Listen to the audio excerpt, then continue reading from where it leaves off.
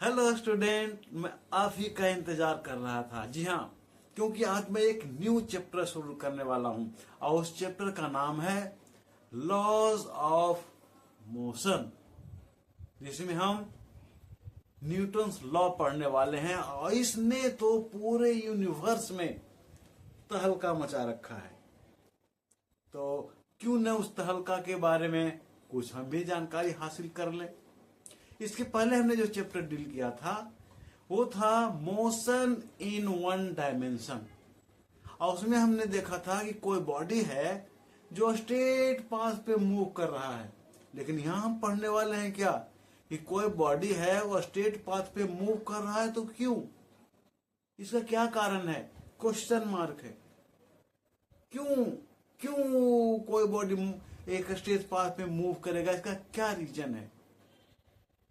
तो Galileo Galilei से बहुत पहले कुछ ऐसे साइंटिस्ट थे जिन्होंने अपने एक्सपेरिमेंट के आधार पर यह पाया कि अगर किसी बॉडी को जो रेस्ट में है उस पर अगर हम फोर्स लगाते हैं तो मोशन में आ जाता है, और अगर हम फोर्स को विड्रॉ कर लें, फोर्स लगाना बंद कर दें, तो रेस्ट में आ जाता है।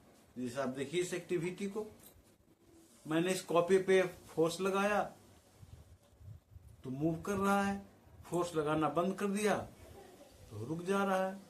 उसने क्या गलती कहा। ठीक उसी तरह से अगर कोई व्हीकल है, अगर उसका इंजन काम कर रहा है, चल रहा है, तो गाड़ी चल रही है, आगे बढ़ रही है।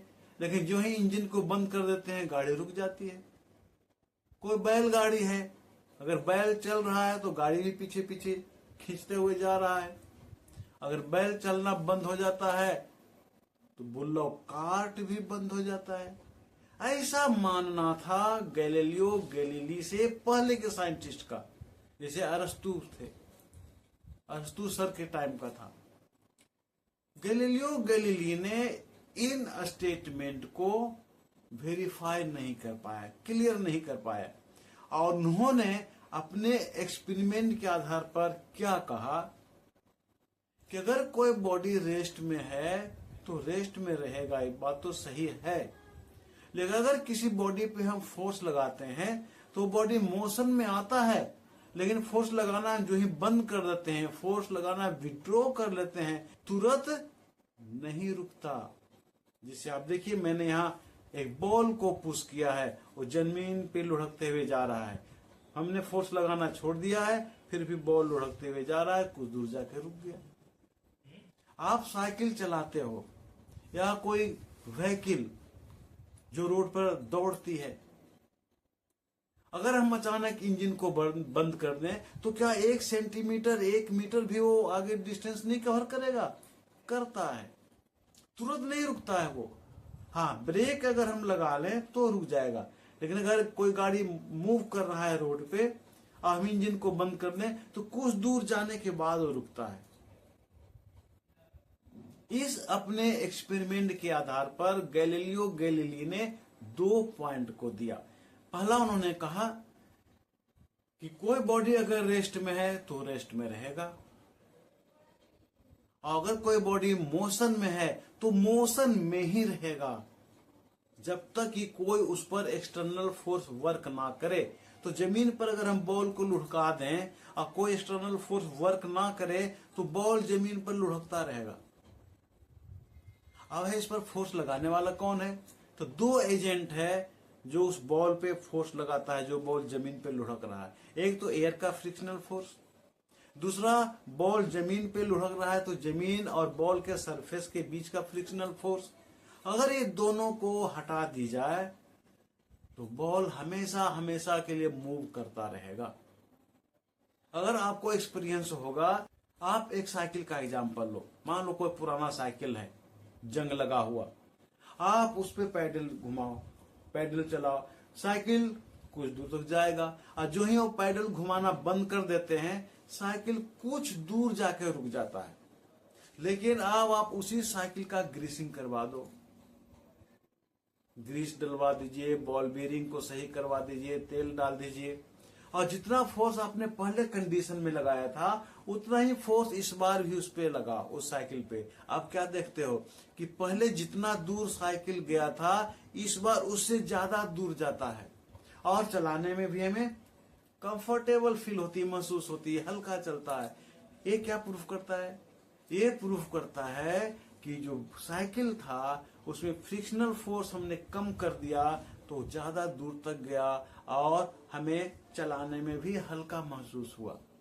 इससे तो ही पता चलता है कि अगर हम यथासंभव as possible as frictional force को मिनिमाइज कर दें तो निश्चित रूप से कोई बॉडी है वो फोर्स की डायरेक्शन में मूव करता रहेगा।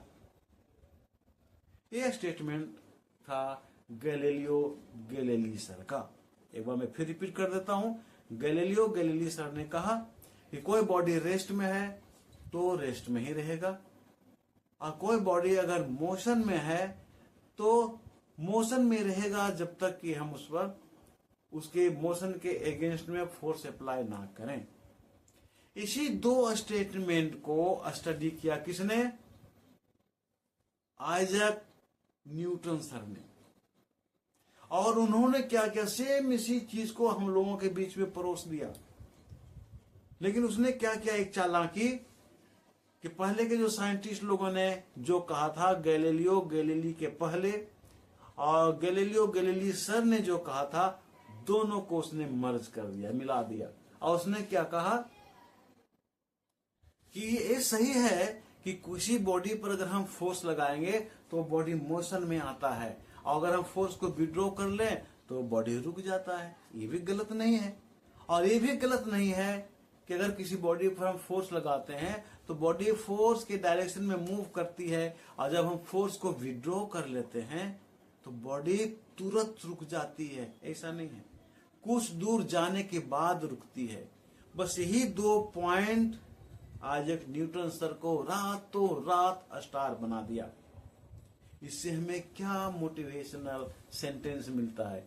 इससे हमें मोटिवेशनल सेंटेंस ये मिलता है कि कम से कम साइंस के क्लास में आपको बिल्कुल अलर्ट रहना है। ऐसे तो सभी सब्जेक्ट में आपको अलर्ट रहना है। किस वर्ड पे क्या कहा जा रहा है, किस वर्ड का मीनिंग क्या है, ध्यान से सुनना है। वरना गैलीलियो सर ने जो कहा था वही तो आइजैक न्यूटन सर ने भी कहा। आइजैक न्यूटन सर रातों रात स्टार बन गए, Galileo Galilei sir Isaac Newton के पीछे पीछे चल रहे हैं। तो आइजैक न्यूटन सर ने क्या कहा? गैलीलियो गैलीली के स्टेटमेंट को ही परोस दिया हम लोगों के बीच में, और वही न्यूटन फर्स्ट लॉ के रूप में जाना जाता है। तो आइए एक बार हम रिवाइज कर लेते हैं कि आइजैक न्यूटन सर ने क्या कहा था जो न्यूटन का फर्स्ट लॉ के रूप में जाना जाता है। उन्होंने कहा कि जब कोई बॉडी रेस्ट में होता है तो रेस्ट में ही रहेगा, और अगर कोई बॉडी मोशन में है तो मोशन में ही रहेगा। कब तक? जब तक कि उसके ऊपर कोई एक्सटर्नल फोर्स अप्लाई ना हो। तो मैं समझता हूं ये टॉपिक आपको अच्छी तरह से समझ में आया होगा, न्यूटन फर्स्ट लॉ। और न्यूटन फर्स्ट लॉ का दो पार्ट है, उसका डिस्कशन हम करेंगे नेक्स्ट वीडियो में। लेकिन तब तक आप खुश रहें, अपना ख्याल रखें।